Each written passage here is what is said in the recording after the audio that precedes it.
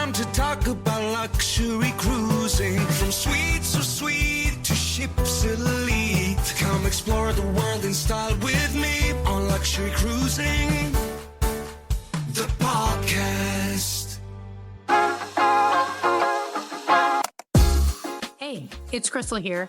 Before we get started, did you know that there is a way for you to directly support the podcast? Head over to my website, luxurycruising.net, and you can buy me a latte, a glass of champagne, or even a whole bottle of champagne if you want. Leave me a note, and I'll be sure to give you a shout out on the next episode. That's luxurycruising.net.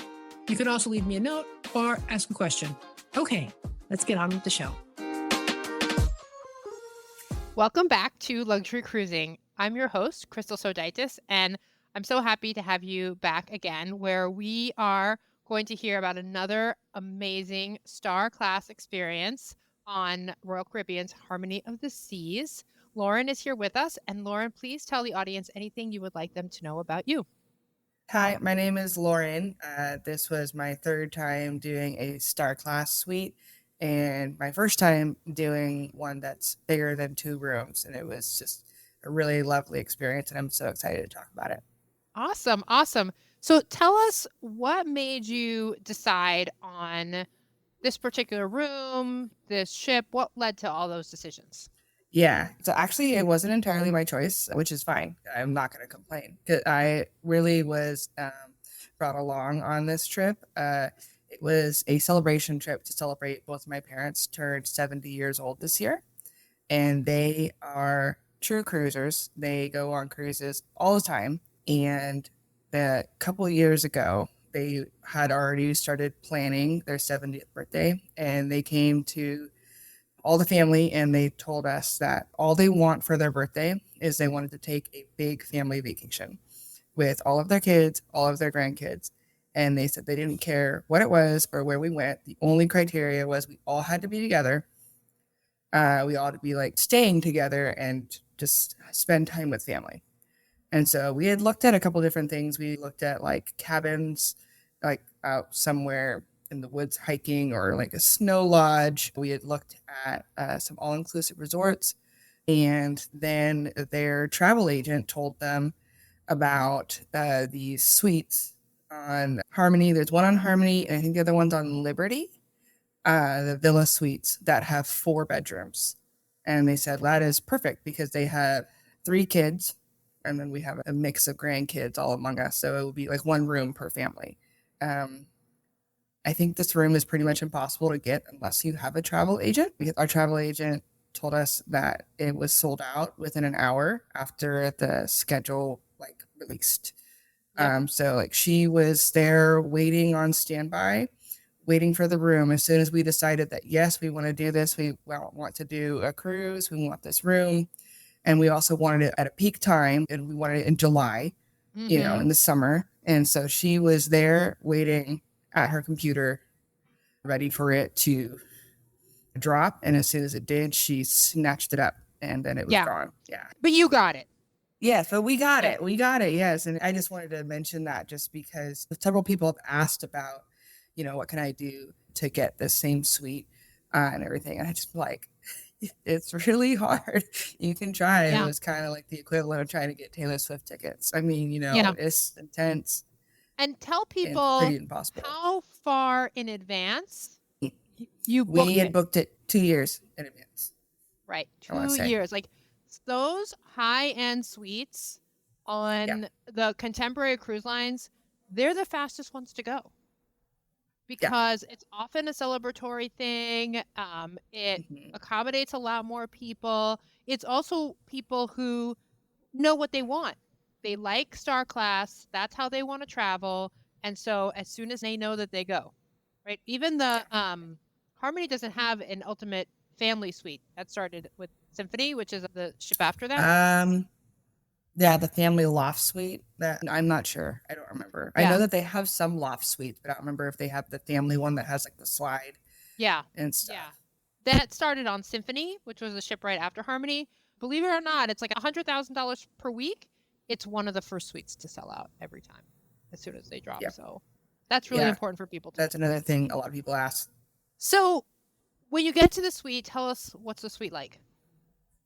Well, like you said, it is a star class suite. So on Royal Caribbean, when you're in a star class suite, you have a genie who comes out and greets you. So when you get to the port, you don't wait with everybody else. Then you immediately get taken through security with a port genie who meets you, walks you through, makes sure that everybody has all of their stuff. And then they take you to a lounge that has drinks and snacks and a bunch of couches, and then you just sit there while some other people make sure that you're checked in. They check your passport, birth certificates if you have kids, and whatever, and make sure that you're all checked in. And then your ship genie comes out to meet you and escorts you personally onto the ship and takes you straight to your room. Awesome. Which is fantastic. I mean, there's just no other way to do it. They just take you straight there, and they can key the elevator. It's like they make the elevator go straight to you and then take you straight to where you want to go and ignore everybody else. And so when we first walked in, it's just huge. It's got, like I said, 4 bedrooms, 2 master suites, and then 2 interior bedrooms. Then there's also 4 bathrooms. So there's a guest bathroom immediately when you walk in. So like if you invite people over or whatever, they can use the bathroom. And then there's on the left, the first interior suite, which also has bunk beds and 2 twin beds that can be pushed together to make a queen. And it has closets and storage and everything. And there's a master suite, which has a king size bed and has a lot of floor space. We actually used both king size suites. We brought our own little inflatable beds because we had 2 young kids with us that we weren't sure how they do in the bunk beds. And so we inflated little beds and were able to keep that on the floor of both master suites. Wow, I love that idea. Yeah. So instead of having like your 3 or 4-year-old on the bunk bed with this teeny tiny little bar between them and falling, and it wasn't a problem. You just brought like a toddler size inflatable mattress and put it on the floor. And then our room steward, Jimmy, he brought all the bedding and everything for them. Like he made up the toddler beds for us, brought all the extra pillows, blankets, whatever. And then when you go out into the main living area, I mean, it's just huge. Plenty of space, and there's 12 of us. So lots of room for everybody to sit, a big dining table where they would come in and they would bring food every day, and a big sectional couch to let him watch TV on. And then there's a full balcony. The balcony runs the whole length of the room. Very long. It's enough to fit. It fits a jacuzzi, 4 lounge chairs, a 12-person or 10-person dining table, and a working wet bar. Wow. So you could have like parties and stuff. There's almost the size another suite just as a balcony. Just at the balcony. Yeah. Yeah. And then there's a second interior room, and there's a second master suite bedroom, which again has the king size bed, and it's just huge. And so, do the master suites, because I know on the Aqua Theater suites that we talked about before we started recording, the master has its own door to the balcony. So did both of these masters have a separate door to the balcony? If it did, we never used it. I know the first master suite, I don't believe it has a door to the balcony because the jacuzzi sits right there. Oh, yeah. The other master suite may have had a door, but like I said, we didn't use it because that was where we put the toddler bed. There's enough room between the king bed and the window to the balcony to store a little toddler bed. And then we had all this other space leading to the bathroom. You know. And the bathrooms in the king suites, they have movable shower heads and they have a bathtub. And so that was also great for having young kids and wanting to give them a bath instead of doing it in the shower, which is awesome. I know. And I love having the little spare little bathroom, little toilet, powder room, whatever you want to call it, because with 12 people, sometimes you need the extra bathroom. Yes. Yeah, I know. And we were constantly just, especially with all the kids, it was like, I need a bathroom. Okay, just come use ours. You know, it didn't matter. And it's really great because we were all family. So we were able to just, share. Yeah. And I did post on my TikTok if you wanted to see it. We will definitely put a link to your TikTok account so if people want to see the room. That's where I found you because I was like I'm always happy and Yes. excited to see people doing luxury cruising. So when I saw that, I'm like, oh, come be on the podcast and talk about the experience.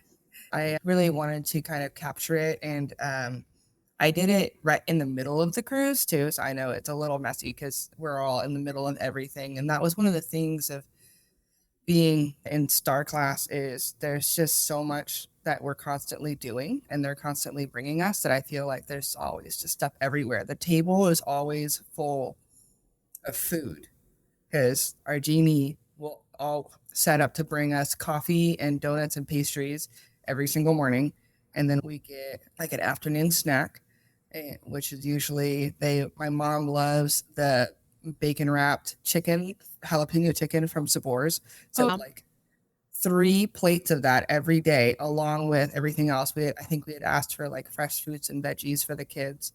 And then our genie would just surprise us with something. And so every day we would have all this food out, and we have to leave it out so that our room steward would know to come clear it. Oh, okay. Got it. Yeah.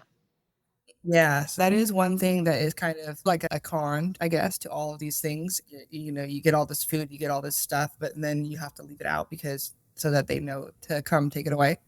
And so we would sometimes have to scramble to try to clear off the table if we wanted to use it.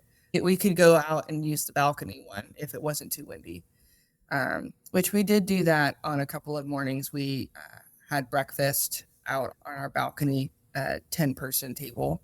So that was nice. That's awesome. And was it in the aft of the ship so that you had that beautiful view? I believe it was just in the middle. I'm so bad at the ship terms. Like the front, the back, the right, the left. I know there's a word for each of them. I forget it all the time. It was pretty much in the middle on the side.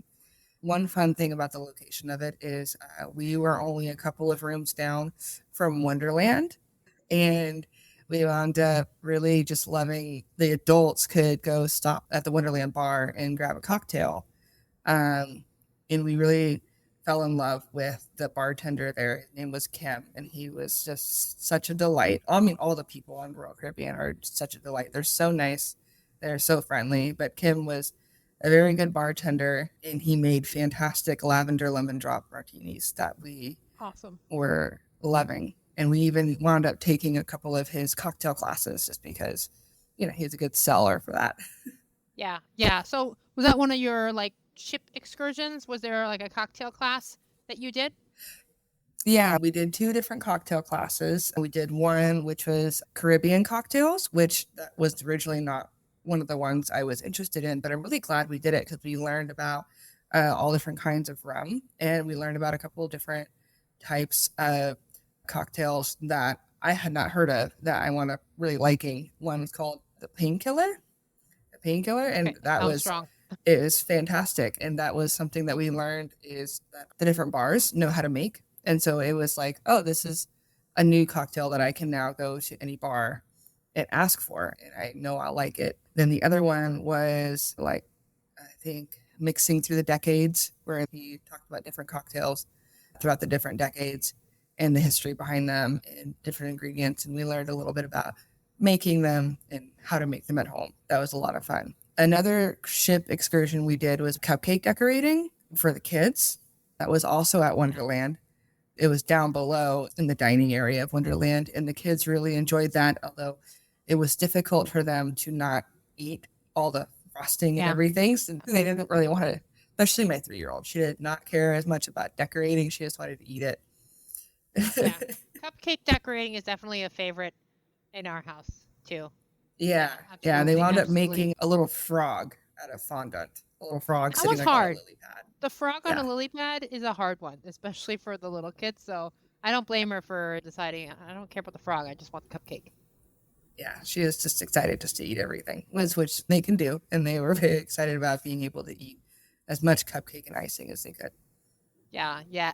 Did you do any excursions that were specific for Star Class? We did I don't know if it's specific to Star Class, but it has the similar experience at CocoCay, we did get a cabana, which also involves you have a little kind of land genie who makes sure that you have everything you need. The only thing we didn't like so much about that was it was just difficult to find. We had trouble finding where we were supposed to go for our cabana, and my mom, her ankle's not doing so hot, and so that was a little painful walking around CocoCay trying to figure out where we were supposed to be. But once we got there and we were able to just sit and chill, that was really great. Those are awesome. What kind of cabana did you get? This is the part where I'm not sure. It's not the ocean front. It was over by the pool. Oh, Oasis Lagoon cabana? I guess that's what it is. I don't remember. Again, I didn't book it. If I didn't book it, then I don't remember.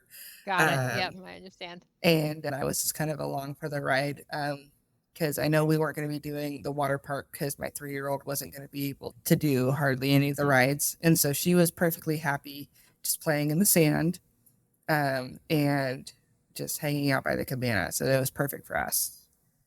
And then the other things we did around the ship that were specific to Star Class, we did the bridge tour, which is an exclusive thing where we got to go up and see the bridge.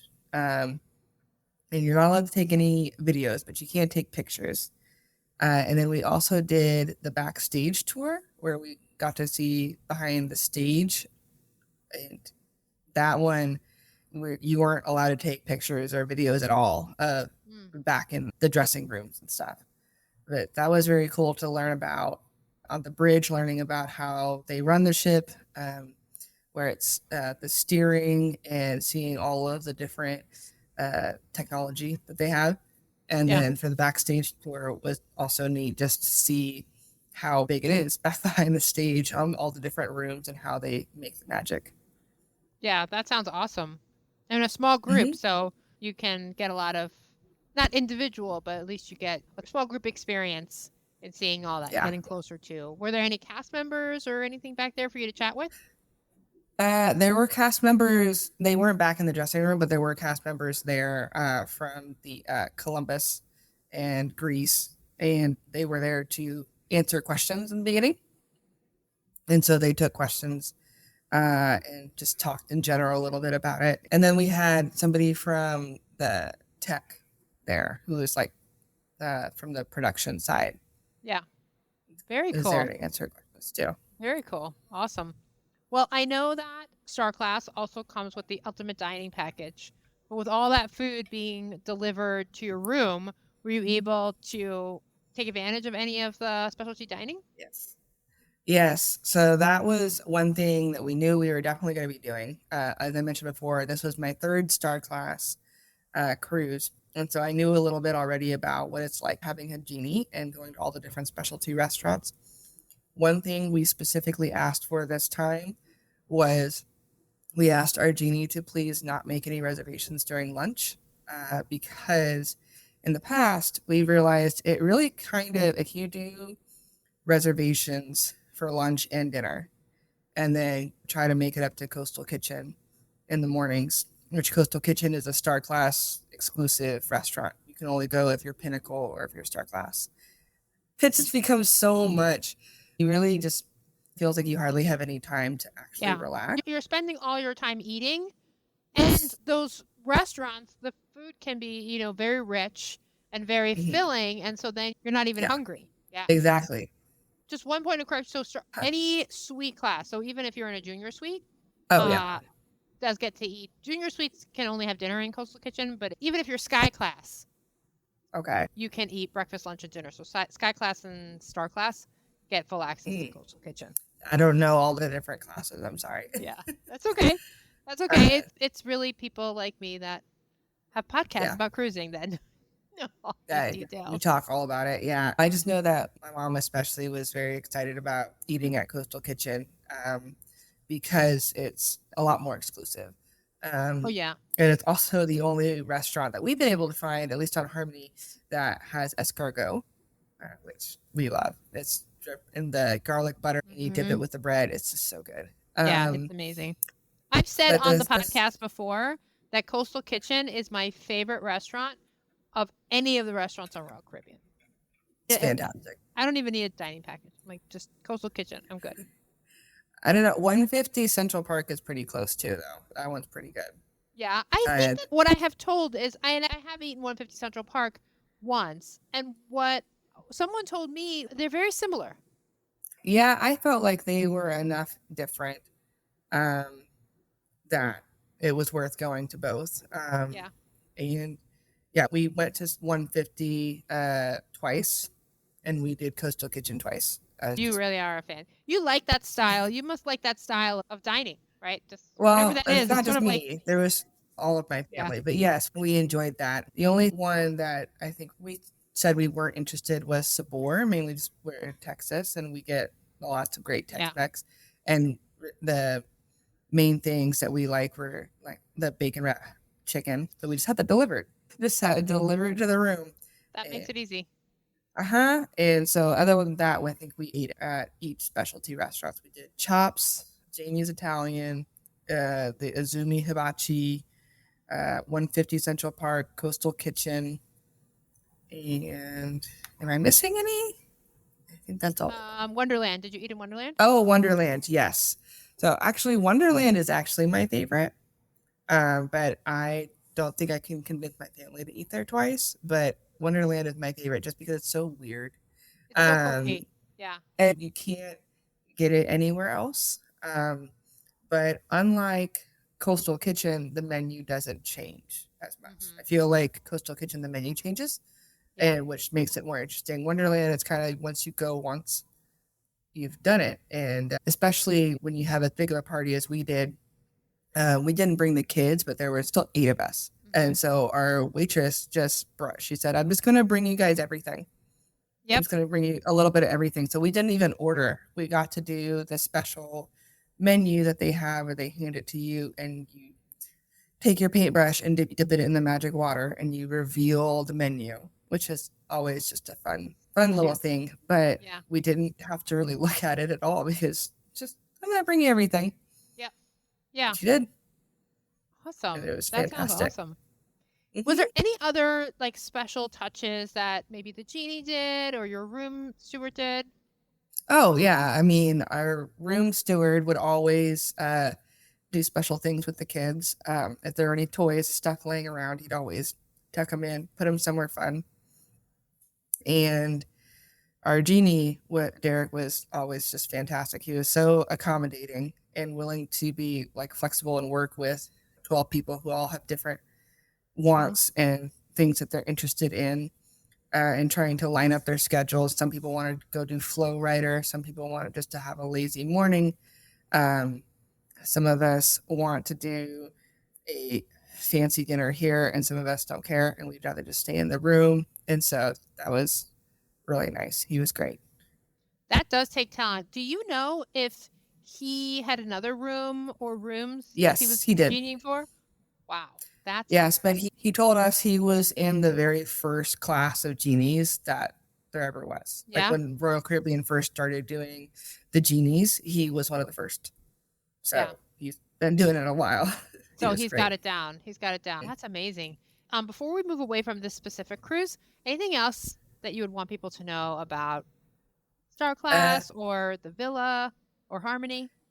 Yeah, I think apart from talking about how difficult it is to get the room, and I don't want to end it on a sour note, but there was our only big complaint that I think people should know, especially if you're going to be traveling Star Class with kids, is that Kids Club is closed from 5 to 7 p.m. each night. Yeah. And so when we're doing Star Class, you're wanting to take advantage of that dining package, right? And go to all these specialty restaurants. Well, kids are not going to be as interested in those, where you're sitting and having dinner for over a long time. You're having multiple courses over an hour and a half, 2 hours. Yeah. And so we had to wait to have dinner until 7 p.m. or later so that we could go drop the kids off. And then that cut into what shows we could go to. Yeah. Because a lot of the shows, we wouldn't have enough time to sit and dine and have the full experience and then make it to the show, because you also have to be at the shows early, because the genies reserve seats for you, and they are required to give up the seats. I believe it's 10 minutes before the performance. Mm-hmm. So you have to be there 15 to 20 minutes before the performance starts. Yeah. Yeah. And so that part was just a little bit frustrating, and made our schedule a little bit difficult, trying to fully maximize the package and all the benefits that come with it. And we were limited by something like don't have access to the kids club. Yeah. Yeah. That's good to know. That's a really good point. That's really good to know. So stepping away from this cruise, a couple of questions we ask everyone. How do you define luxury? How do I define luxury? I think that can come across as different for each person. For me, luxury might just be having that extra time to just sit and relax, and having that time given back to you in the form of service, like whether it's somebody helping make reservations for you or reserving your seat for you, just so that you're not feeling you don't have to rush, because you know that you're not going to have to wait in line. You're not going to have to stand around with everybody else, that you can just go when you need to, and giving that time back. So I think that's what it kind of means to me. And I think that's what we really kind of pay for with these suites. And this experience meet that definition for you? Yes, I would say so, for sure. Yeah. Awesome. Do you have a dream cruise? A dream cruise. I don't know if there's any specific place. I am one of those people that I like to cruise on the ship, and I don't really care about the ports. I'm there to enjoy all of the amenities and everything that come from being in a floating city. So I don't really care where we're going, and I don't really care about getting off the ship. This last cruise at Costa Maya, several of us did not get off the boat. We just didn't care, and we just took advantage of the shorter lines. And until it's perfect day at Costa Maya, why would we? Yeah. Why would you? Yes, exactly. And so I would love to do any of the transatlantic cruises, or any cruise where you're on the ship for a while. Yeah, where lots you of can sea really, days. Yeah, and it's kind of really just explore, relax. I know one thing on this cruise that I didn't get to do, which I would enjoy doing, is some of like the trivia things at the different bars. I like the scavenger hunts. I like all those silly little things going in it. And I missed the belly flop contest, which I was sad about. Like little things like that. Yeah. Oh, but I would highly recommend this to anybody. I did the flash mob. That was so much fun. Yeah, those were fun. That was so much fun. We had different rehearsals, and we rehearsed, and it's amazing how much choreography we were able to learn over only 3 days. This is an 8-night cruise, but we only had rehearsals 3 days, and then we had our little performance, and that was a lot of fun. Yeah, that is awesome. That is awesome. Do you have any more Star Class experiences scheduled? No, not for now. I think we probably won't do it again for a little bit. Like I said, this is the 3rd time I've done it, and it is a lot of fun, but it's also fun just in general being on the ship. And especially if I'm traveling just by myself or with my family, there's only 3 of us. It's just me, my husband, and my daughter. And so we don't necessarily need a huge giant suite. It's only for those special occasion things, for me at least. I know a lot of people, might only want that travel. experience. Or only travel with the luxury suites. Yeah, no, I like both. I agree with you completely. Like, I really enjoy luxury. I love talking about luxury. I love hearing about luxurious experiences, but I don't travel in luxury most of the time. And it's the one advantage that, the fact that you had to book this so early, 2.5 or 2+ years beforehand, it gives you a lot of time to pay it off, which is also really nice. That, if you have a travel agent that can just say like, hey, just knock every month, this is how much you take out of my credit card. It really takes the sting out of that Star Class cost. Yeah, because I know like a lot of people keep asking about how much did it cost, and it's just can be hard to answer because you're paying per person, right? So depending on how many people you have, the price will go up, and then whether or not what time of year you're going on and how many nights. All that changes. And I believe the villa suite has a minimum of 8 people. You have to have at least 8 people. Which is why it's good that it's only booked through a travel agent. Because you don't want someone with like 4 people, we all need to have our own bedroom, swooping in when you've got 12. Exactly. It was that part, again, also was nice. Again, coming back to kind of like you talking about luxury, having somebody else there to take the pressure off and they handle it. That was really nice. They're not as stressed about making sure we get it. Amazing. Well, this was so much fun. If people want to follow you on TikTok and see your videos of this experience or wait for whenever you have the next cruise experience, how can they find you? Okay. I wish that I had like a more professional TikTok and like Instagram handle, but it's the same everywhere, so I might as well keep it the same. It's an old joke from college, but everywhere I am Chromite. You spell it? Yeah, Kromite. Excellent. Chromite. Okay, and we will definitely put that in the show notes. Thanks everyone for listening, and until next time, I wish you safe and luxurious cruising. Hey, before you go, if you're enjoying this content, I would so appreciate a 5-star review on Apple Podcasts or wherever you're listening to this podcast. If you'd like to be on the show, there's a link to a form in the show notes, or you can email me at luxurycruisingpodcast@gmail.com. That's luxurycruisingpodcast@gmail.com. I hope to hear from you soon.